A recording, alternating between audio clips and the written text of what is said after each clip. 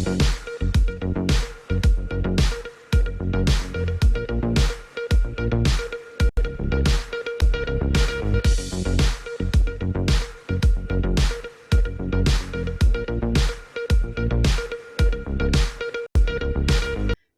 आप देख रहे हैं एमडी न्यूज के मेरे दर्शन बुलेटिन में आप सभी का स्वागत है। आज के बुलेटिन के साथ मैं हूं निशा। मैं आपको बताती चलूं कि गर्मी का प्रकोप कितना बढ़ रहा है। जी हां, इस बार अप्रैल माह में ही इतनी गर्मी हो गई है जैसा कि मई जून की गर्मी होती थी। आप सभी जानते हैं गर्मी से बहुत सारी बीमारियां होती हैं। गर्मी के मौसम में हमें अपने खाने पीने का बहुत ज्यादा ध्यान रखना चाहिए। सबसे बड़ी बात है, मैं आपको बताती चलूं, मेरठ डीएम ने आदेश भी कर दिए हैं कि किस तरीके से स्कूलों का टाइम थोड़ा कम कर दिया जाए ताकि बच्चों को परेशानी ना हो। क्योंकि अभी आप सभी जानते हैं कि 2 साल हमने कोरोना का प्रकोप झेला है। बहुत बीमारी से हर जो घर था वो ग्रस्त रहा है, लेकिन अब कोई भी नहीं चाहेगा कि किसी भी प्रकार की छोटी से छोटी बीमारी भी घर के अंदर एंट्री करे। तो गर्मी का प्रकोप जिस तरीके से बढ़ रहा है, जो एसी चलते थे मई जून में वो अभी से चलने लगे हैं। गर्मी जिस तरीके से बढ़ रही है, तो मैं आप सभी लोगों से अपने मेरे दर्शन चैनल के माध्यम से यही अपील करना चाहूंगी कि अपने खान पीन का ध्यान रखें, बाहर की चीजें अवॉइड करें, बाहर की चीजें ना खाएं। पक्षियों के लिए भी अपने घर की छत पर पानी जरूर रखें, क्योंकि वो धूप में पानी की तलाश में इधर उधर भटकते हैं, तो उनको पानी मिल सके। साथ साथ अब लिक्विड चीजों का ज्यादा सेवन करें, घर से बाहर निकले, ग्लूकोज लें, पानी ज्यादा पिए, क्योंकि पसीने के रूप में हमारे शरीर का बहुत सारा पानी नष्ट हो जाता है। पसीना आना अच्छी बात है, लेकिन उसकी पूर्ति करने के लिए हमें दिन में बहुत सारा पानी पीना चाहिए।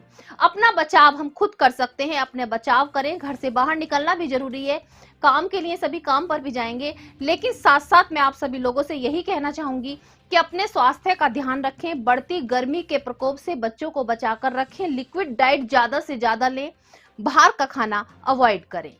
अब नजर डालते हैं आज की हेडलाइंस पर, जिसके प्रायोजक हैं जूम डिजिटल मूवी वर्ल्ड।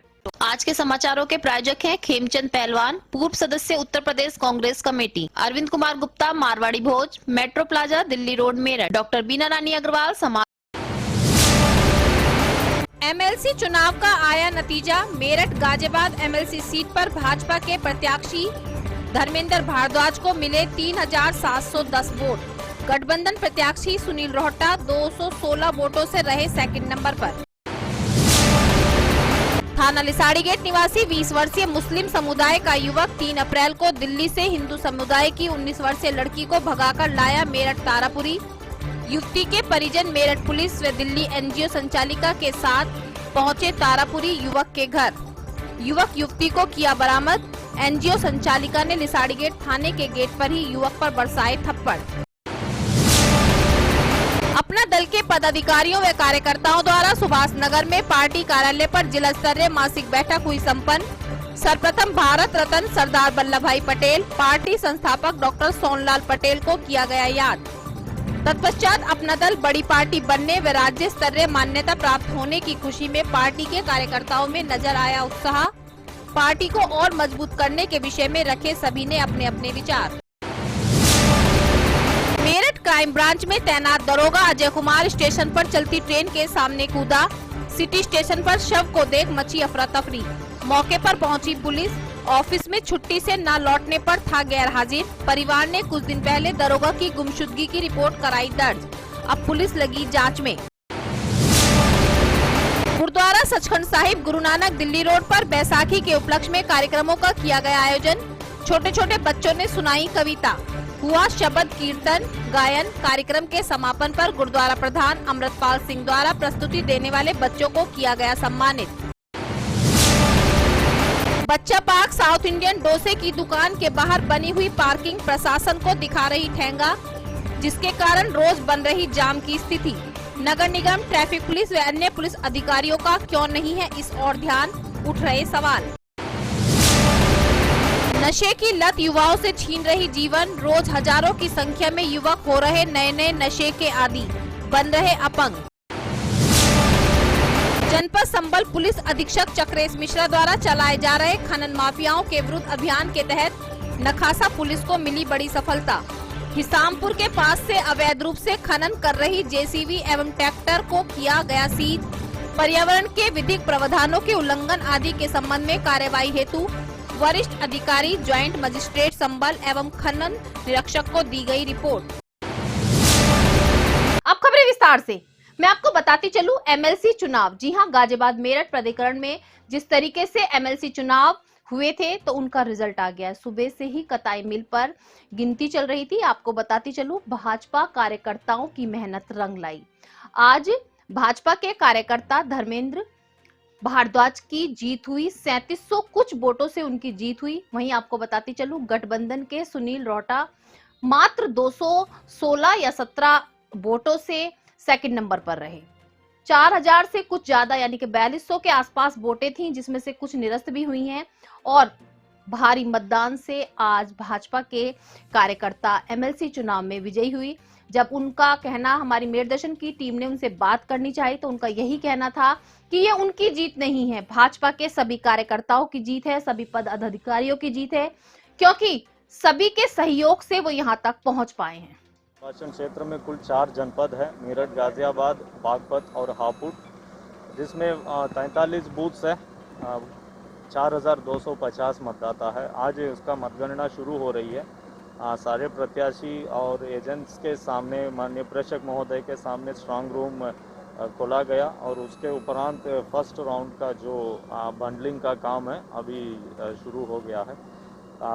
हम बीच बीच में सारे प्रत्याशियों को और कर्मचारियों को मतगणना के बारे में पूरी तरह से एक्सप्लेन भी कर रहे हैं, ताकि किसी के मन में कोई डाउट ना हो। हम सबसे ये अपेक्षा किए हैं कि शांतिपूर्ण मतगणना करने में वो हम प्रशासन को सहयोग करें। उनके स्तर से सहयोग भी प्राप्त हो रहा है। हम विश्वास करते हैं समय से हम लोग मतगणना के कार्य पूरा करेंगे। ये हमेशा विजय जुलूस पर पाबंदी रही है। प्रत्याशियों की मीटिंग की गई है कल, उसमें वरिष्ठ पुलिस अधीक्षक महोदय भी सारे प्रत्याशियों को इसको स्पष्ट रूप से बताए हैं। हम उम्मीद करते हैं इस निर्देश का अनुपालन करें। सर, कितनी टेबलों पर मतगणना हो रही है? 14 टेबल पे मतगणना हो रही है और प्रिलिमिनरी राउंड में कोटा निकलने तक ये 14 टेबल काम करेगी और उसके बाद यदि किसी प्रत्याशी को कोटा नहीं प्राप्त हुआ है तो आरओ टेबल पे आगे की मतगणना की कार्रवाई होगी। सर, कितने राउंड में मतगणना होगी? ये इस चुनाव में जो मतगणना है उसमें थोड़ा सा प्रक्रिया में अंतर है, जिसके क्रम में ये देखा जाएगा कितने ऐसे प्रत्याशियों को प्रथम अधिमान की मतदान वोट्स प्राप्त हुआ है। यदि वो निर्धारित कोटा प्राप्त कर लेता है तो उसी समय वो जीता हुआ माना जाएगा। यदि कोटा नहीं प्राप्त किया है, कि जो कम प्रथम वरीयता की मतदान प्राप्त किए हैं उनके वोट्स के जो बाकी प्रत्याशियों को वितरित किया जाएगा।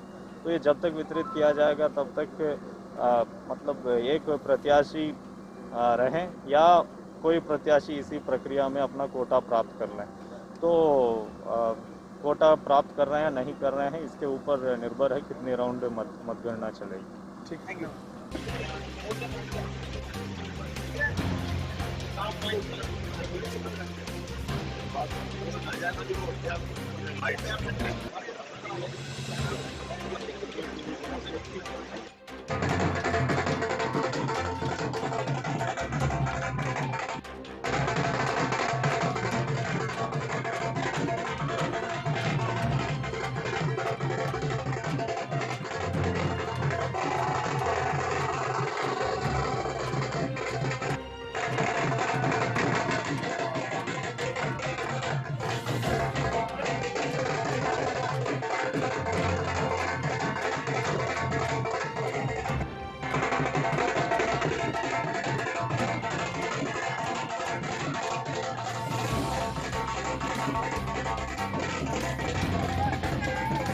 एक समान रूप से बांट करके विकास का काम कराने का काम करो और शासन से अधिक और बजट ला करके भी विकास के काम को प्राथमिकता दी जाएगी। क्या वो निकाय की प्राथमिकता हो, नगर निगम की प्राथमिकता हो, जिला पंचायत की हो, ब्लॉक प्रमुख की हो, तो ब्लॉक की समस्याएं उन्हें सबको निजात दिलाया जाएगा और उनकी प्राथमिकता पे विकास निधि को दिया जाएगा। जैसे कि आपने कहा मुस्लिम मतदाताओं का भी जो जनप्रतिनिधि है उनका वोट मिला है, तो कहा जा सकता है सबका साथ, सबका विकास, सबका विश्वास की ये झलक है। ये माननीय प्रधानमंत्री मोदी जी ने जो स्लोगन दिया था वो ऐसे ही नहीं दिया था। उन्होंने एक समान रूप से ही पूरे देश को चुना है। आप देखो राशन वितरण हुआ, क्या उसमें ये देखा गया कि हिंदू समाज का है, मुस्लिम का है, सिख का है, ईसाई का है, सबको बराबर राशन मिला? 45 लाख घरों को वितरण करा गया, दिए गए, क्या उसमें देखा गया? आप किसान सम्मान निधि में देखा गया कोई भी ऐसी योजना जो सरकार के द्वारा भारतीय जनता पार्टी के मुख्यमंत्री द्वारा या देश के प्रधानमंत्री द्वारा दी गई, वो बिल्कुल एक समान रूप से दी गई? और सबसे अच्छी बात क्या हो, वो आप उस चीज को अगर प्रमुखता से दे तो बहुत अच्छी चीज थी कि सीधे बेनिफिट, बिचौलिए खत्म हो गए। जब बिचौलिए खत्म हो गए तो वो सीधा बेनिफिट अधिक से अधिक मात्रा में पहुंचा, तो उसका बड़ा लाभ मिला। उनका एक ही उद्देश्य है, सोच ईमानदार, काम दमदार। कितनी वोट लगभग आपको मिली? 3710 के करीब वोट मिली है, और अधिक भी वोट मिलने की संभावना 10-5, क्योंकि वो भी कैंसिलेशन में गई है। अभी एक्यूरेट फिगर 15-20 मिनट आधा घंटे में आ जाएगी। मतगणना के सब क्या परिणाम रहे हैं और यहाँ कौन जीते? हाँ, एमएलसी चुनाव जो 34 गाजियाबाद मेरठ स्थानीय प्राधिकारी निर्वाचन क्षेत्र का आज मतगणना यहाँ संपन्न हुआ। श्री धर्मेंद्र कुमार भारद्वाज 3710 फर्स्ट प्रेफरेंस की वोट प्राप्त करके कोटा से बहुत आगे उन्होंने हासिल किए हैं और उन्होंने अपना जीत दर्ज किए हैं, जिसको हमने उनको प्रमाण पत्र अभी दे दिए हैं। सर, लगातार विपक्ष भी एक आरोप लगा रहा है कि गलती उनको जान के हराया गया है, उसको क्या कहेंगे? सारे प्रक्रिया उनके समक्ष हुई है। उनके सर से रिटर्निंग मतगणना हॉल में कोई भी कंप्लेंट नहीं दी गई है, ना ही मतदान के दिन ऐसा कोई कंप्लेंट दिए हैं। तो पूरी तरह से हम लोगों ने निष्पक्ष और पारदर्शी तरीके से चुनाव कराए हैं, और ऐसे कोई शिकायत हम लोगों के सामने ना लिखित में ना मौखिक में आया है। अब मैं आपको ऐसी खबर दिखाती हूं जो आमतौर से बहुत ज्यादा फैली हुई है, लव जिहाद का मामला। जी हां, जिस तरीके से टीन एज के युवक और युवती होते हैं, उस समय उन्हें जाति, धर्म, भेदभाव, किसी भी चीज का ध्यान नहीं होता, वो आकर्षण होता है जो एक दूसरे की ओर उनका बढ़ जाता है, और उसी आकर्षण के चलते वो गलत कदम उठा देते हैं जो बहुत सी परेशानियों को जन्म भी देते हैं। आज मैं आपको बताती चलूं, आज भी ऐसा ही एक मामला सामने आया।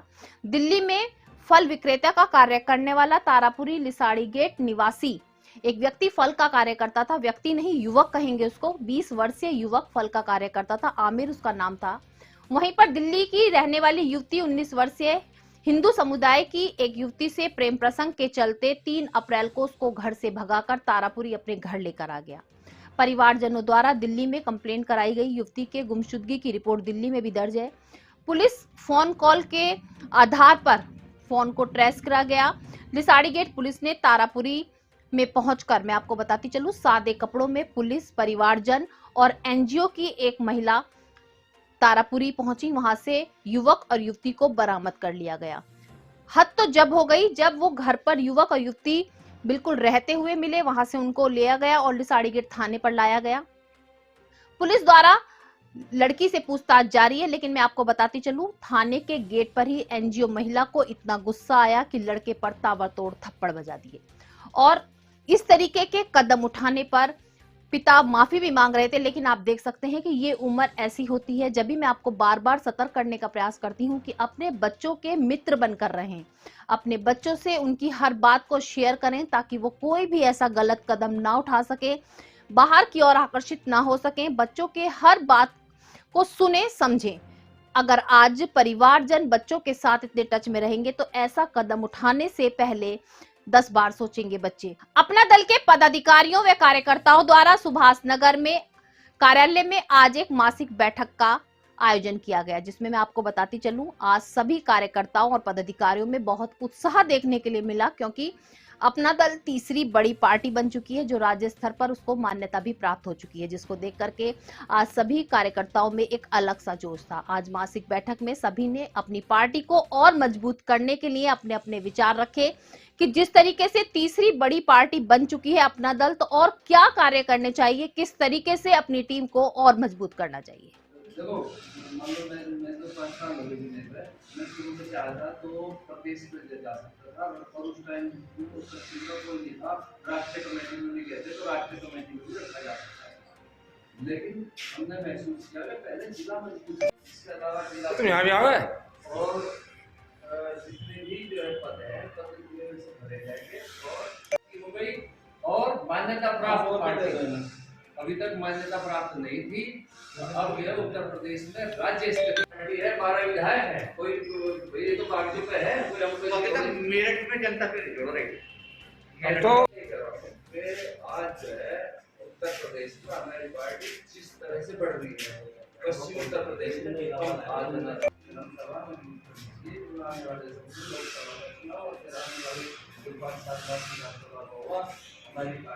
आज हमारी मासिक बैठक जिला कार्यालय सुभाष नगर में आयोजित की जा रही है। 12 तारीख को पूरे प्रदेश के हर जिला मुख्यालय पर मासिक बैठक होती है और जो भी पार्टी का दिशा निर्देश, हमारी नेता बहन अनुप्रिया पटेल जी का दिशा निर्देश होता है, वो आज की मासिक बैठक में हम लोग रखते हैं।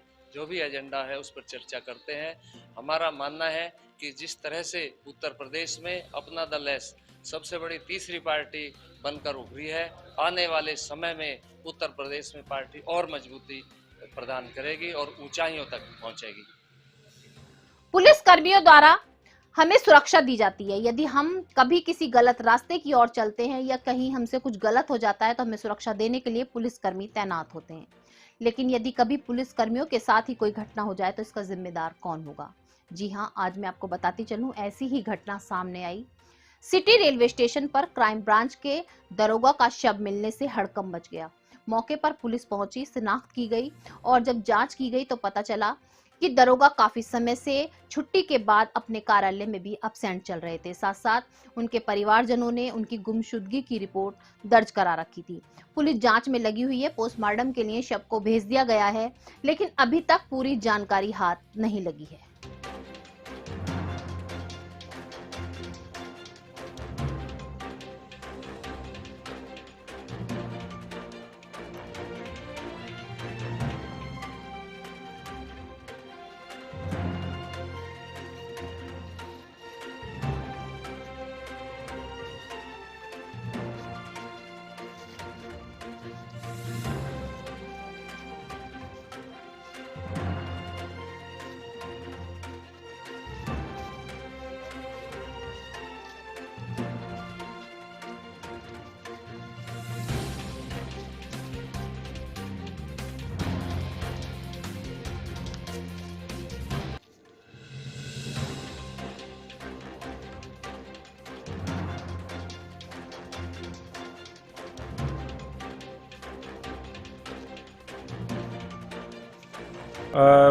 वो अवकाश पे थे और जो प्रथम दृष्टया अभी तक संज्ञान में आया है उनका पारिवारिक विवाद था, ऐसा प्रतीत हो रहा है।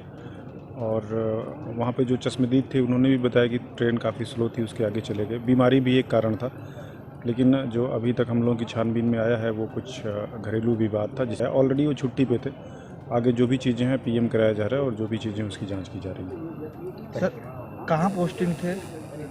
ये हमारे यहाँ ही पोस्टिंग थे, हमारे यहाँ थे, क्राइम ब्रांच में थे और ये अवकाश पे चल रहे थे, गैर हाजिर हो गए थे। तो उसके पीछे जो वजह है वो पारिवारिक कारण अभी तक आ रहा है और आगे हम लोग और तथ्यों की छानबीन कर रहे हैं। डोसा खाना हर एक को पसंद होता है और डोसा खाने के लिए बच्चा पार्क तक आप लोग गए भी होंगे। जी हाँ, आज मैं आपको उसी खबर की ओर लेकर चलती हूँ जो आपसे जुड़ी हुई है। डोसा खाने के लिए बच्चा पार्क पर तो आप पहुंचे होंगे, लेकिन क्या आप जानते हैं कि आपका कुछ देर का डोसा खाना कितने बड़े जाम को दावत दे रहा है? जी हाँ, आज मैं आपको लेकर चलती हूँ मेरठ के बच्चा पार्क, जहां पर साउथ इंडियन डोसा है। डोसा खाने के लिए तो वहां पर जगह है, लेकिन पार्किंग के लिए जगह नहीं है। जो डोसा खाने वाले लोग होते हैं वो अपनी गाड़ियों को, अपनी बाइक स्कूटियों को दुकान के बाहर ही लगा देते हैं, जिसके कारण से काफी समय से जाम की समस्या बनी रहती है। और आप अंदाजा भी नहीं लगा सकते कि जितनी देर आप डोसा खा रहे हैं और आपकी गाड़ी बाहर खड़ी है, उतनी देर एक व्यक्ति जाम में फंसा हुआ है। हो सकता है उसे किसी मजबूरी से कहीं डॉक्टर के पहुंचना हो, किसी मजबूरी में हो, कहीं पर उसे जल्दी जाना हो, लेकिन जाम की समस्या के कारण वो आगे नहीं बढ़ सकता। सबसे बड़ी बात, एक और तो नगर निगम हर जगह अपना बुलडोजर चला रहा है। जगह जगह अवैध तरीके से जहां पर भी कुछ ऐसा नजर आता है वहां से उसको हटाया जा रहा है, अतिक्रमण हटाया जा रहा है, लेकिन इस पार्किंग की ओर किसी का भी ध्यान क्यों नहीं है? ट्रैफिक पुलिस वहीं से कुछ चंद कदमों की दूरी पर ट्रैफिक को बिल्कुल आना जाने के लिए रेडी कर रही है। वहीं पर ट्रैफिक पुलिस खड़ी भी है, लेकिन उसके बाद भी इस और ट्रैफिक पुलिस का भी ध्यान नहीं है। अगर देखा जाए दूसरी साइड में पुलिस कर्मी भी बैठे होते हैं, पुलिस अधिकारी भी पहुंचते हैं, लेकिन फिर भी इस जो जाम लगाने की स्थिति यहाँ पर बनी हुई है, इस और पुलिस कर्मियों का भी ध्यान नहीं है। आखिर क्या कारण है जो कोई भी इस और ध्यान नहीं दे रहा है और रोज दिन प्रतिदिन जाम बढ़ता जा रहा है? आप सोच सकते हैं कि जितनी देर डोसे की दुकान में बैठकर कोई व्यक्ति डोसा खा रहा है, उसकी गाड़ी बाहर खड़ी है, उसकी स्कूटी मोटरसाइकिल बाहर खड़ी है, तो इतने में कुछ लोग जाम की स्थिति में जाम में फंसे हुए हैं और गाड़ी हटाने का इंतजार कर रहे हैं। तो प्रशासन किस चीज का इंतजार कर रहा है यहां से पार्किंग हटाने के लिए, ये अभी तक समझ नहीं आया। नशे की लत कितनी हानिकारक है ये तो आप सभी जानते हैं और मैं समय समय पर सभी को मेरठ दर्शन चैनल के माध्यम से जागरूक भी करती हूं कि नशे की लत से अपने बच्चों को बचाएं और जो भी कोई ऐसा व्यक्ति है उसको बचा सकते हैं, क्योंकि नशे की लत इतनी बुरी है। आप देख सकते हैं कि वो हमें अंदर ही अंदर खोखला कर देती है, साथ साथ परिवार नष्ट हो जाते हैं, हमारा जीवन खत्म हो जाता है। लेकिन उसके बाद भी आज की युवा पीढ़ी, यानी कि अगर मैं आंकड़े के अनुसार आपको बता सकूं तो हजारों की संख्या में रोज नए युवक नशे का शिकार हो रहे हैं। सबसे बड़ी बात है कि शराब और गांजा, बहुत सारे ऐसी चीजें हैं जिनका नशा करके जो युवा हैं वो अपने जीवन को खत्म कर रहे हैं, खोखला कर रहे हैं। लेकिन नए नए नशे भी अब यूज किए जा रहे हैं, जो आप खुद देख सकेंगे कि किस तरीके से नशे की लत को बढ़ावा दिया जा रहा है। मैं आपसे बार बार यही कह रही हूं कि नशे की लत से दूर रहें, अपने बच्चों पर विशेषकर ध्यान रखें। युवा पीढ़ी जो नशे की लत की ओर बढ़ रही है उसका ध्यान रखें कि कोई ऐसा नशा वो ना करने लगे जिससे उसका जीवन खत्म हो जाए। आज के मेरठ दर्शन बुलेटिन में बस इतना ही। तेज और ताजा खबरें जानने के लिए देखते रहिए मेरठ दर्शन। यदि आप भी हमारे साथ जुड़ना चाहते हैं तो नीचे दिए गए नंबर पर संपर्क करें और सब्सक्राइब करें MD न्यूज मेरठ।